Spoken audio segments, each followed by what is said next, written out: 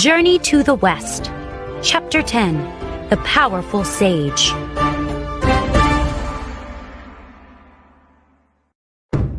How will we defeat Sun Wukong? Moaned the Jade Emperor. I sent our entire army and they couldn't arrest him. Perhaps we can ask the sage Erlang to capture him, said Guan Yin. Yes, said the Jade Emperor. Erlang is very powerful. He turned back to the messenger. Go to Plum Mountain. Ask Erlang if he'll help us. Wukong stood in front of the waterfall with his cheering subjects.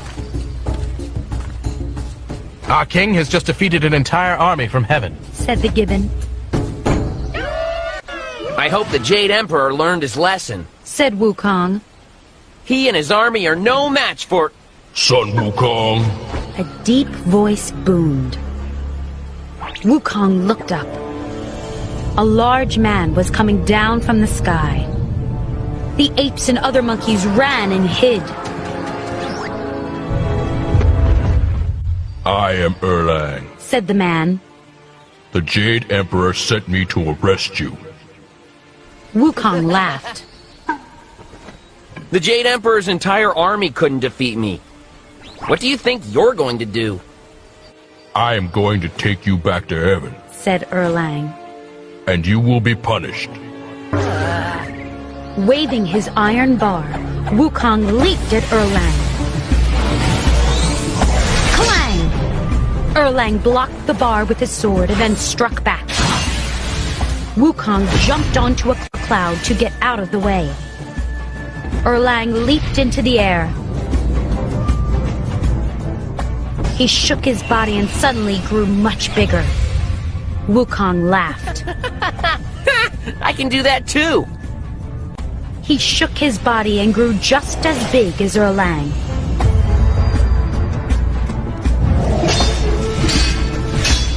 Clouds swirled and wind blew as the two giants fought in the sky.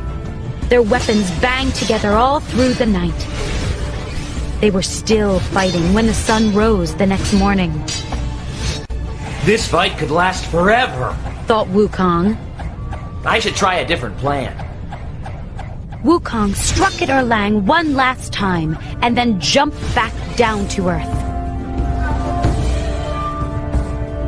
He turned himself into a sparrow and perched on a branch. Erlang will never find me now, thought Wukong. He looked up and saw a hawk. The hawk swooped toward him. Oh no! Thought Wukong. That's Erlang! Wukong dived into a stream. He turned himself into a fish and swam in the water. But then a crane flew over the stream. The crane swooped down at the water. Its mouth was wide open. Wukong shot out of the stream. He changed back into himself and ran down a hill. I'll turn myself into a temple. He thought. Then, if Erlang tries to enter, I'll bite him.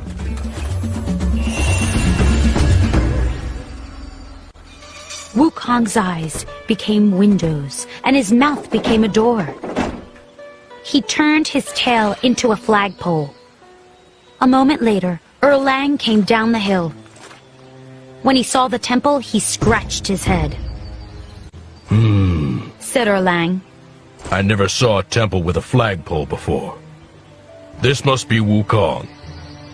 I'll kick in that door. Oh no! Thought Wukong. He'll break all my teeth! Wukong changed back into himself and ran. Erlang was right behind him.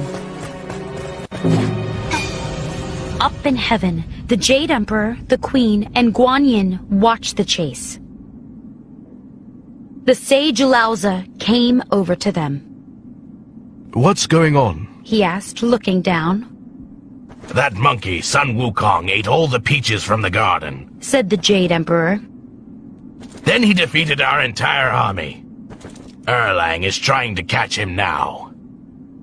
I can help, said Laozi. he took a metal ring off his arm. He aimed carefully and hurled it down to earth.